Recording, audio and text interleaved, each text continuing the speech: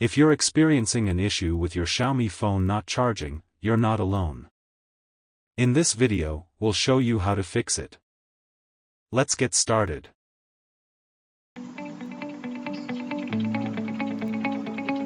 First, launch DroidKit on your computer and select System Fix mode.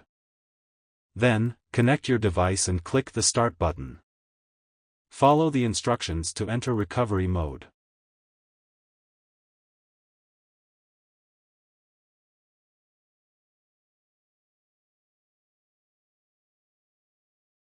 Next, click the Next button.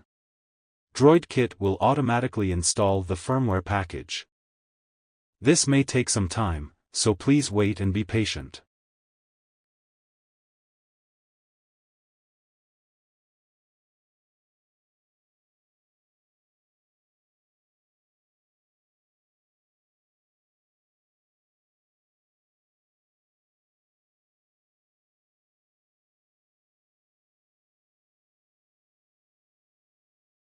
Once the firmware has been downloaded, click the Fix Now button to begin the Android repair process.